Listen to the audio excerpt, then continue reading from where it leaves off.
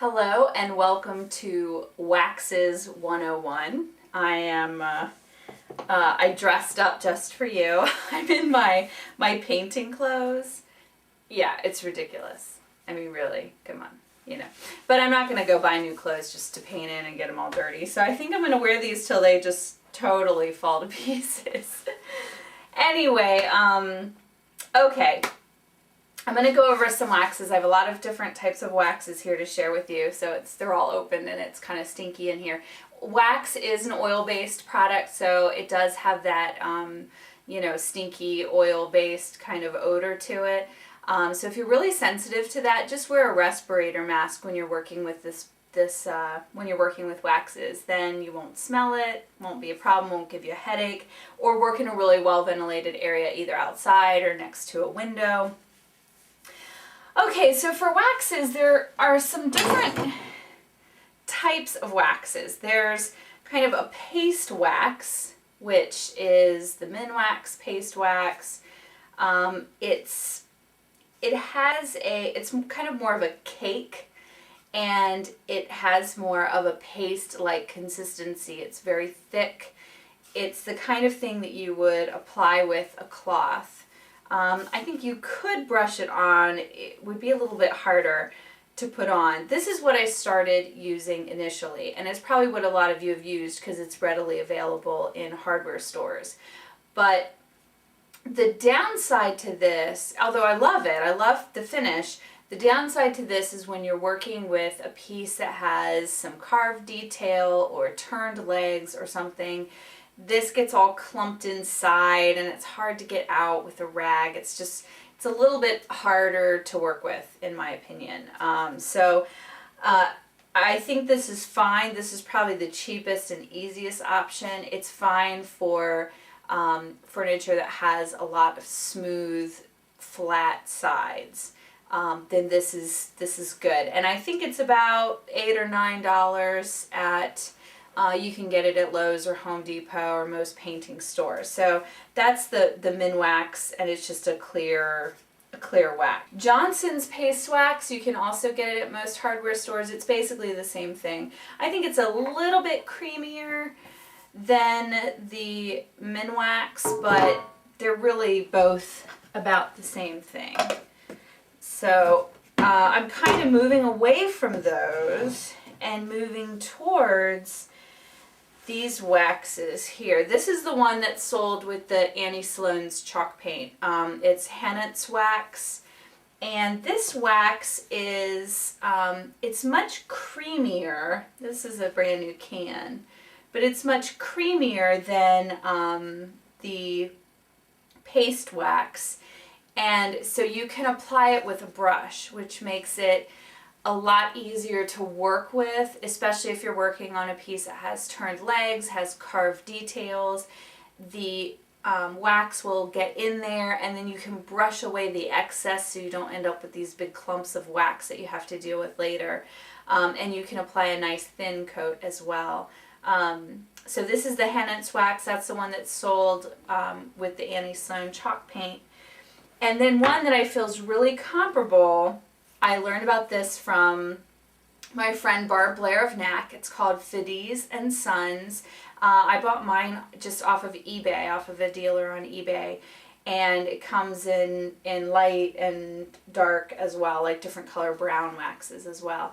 And this one, I don't know if you can see, but this one's really creamy too, and very comparable to the Hennett's wax. So, if you're ordering some chalk paint, and it might save on shipping if you order the Hennett's wax with it. I don't know, I didn't compare the prices, but if cost is a real issue, the Fides and Sons is a really nice wax and very comparable to the Hennett's wax, and it's cheaper too.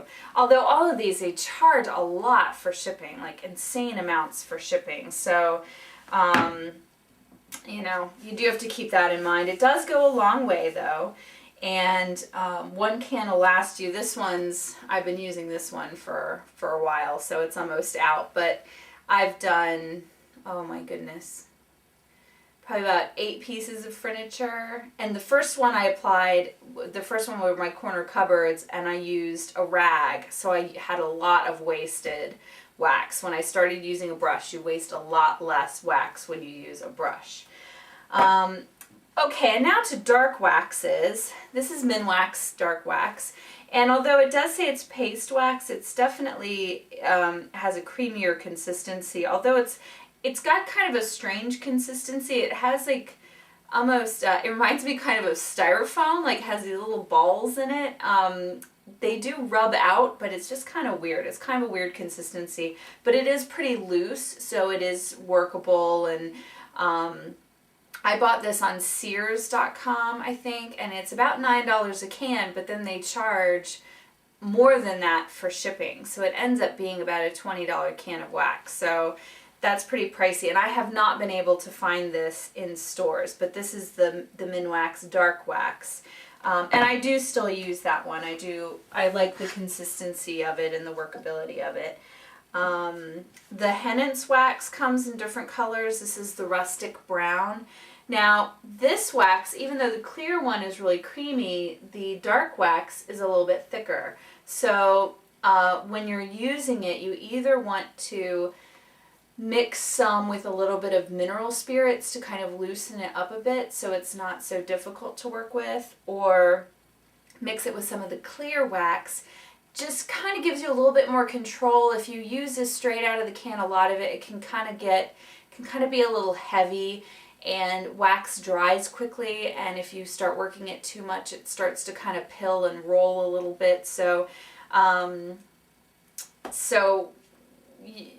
you just need to kind of learn how to work with this. I just want to give you a little warning that if you start working with this and brush it all on, it might end up being a little bit too heavy. The nice thing is, though, with the chalk paint, if you do, let's say you use this, it's just a disaster, you hate it, it looks like somebody just rubbed mud all over a piece, then the chalk paint will paint over wax. So you can repaint the piece, start over, and it's not that big of a deal. You're just out some time and a little bit of product. As far as applying wax, I definitely like using a brush. This is the brush, it's the Italian wax brush that you can buy from Chalk Paint Stockists, and I love this brush. I had never seen a brush like it.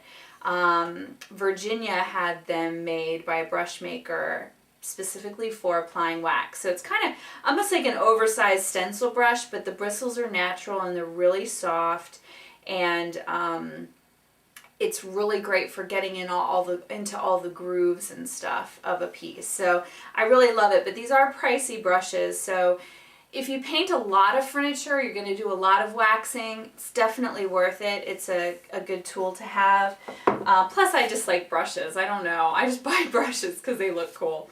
Anyway, if you just kind of occasionally do furniture, then just use an old paintbrush that has kind of softer bristles that have been, kind of pulled out a little bit more. This brush is pretty old and it's a little bushy. It's just a purdy brush.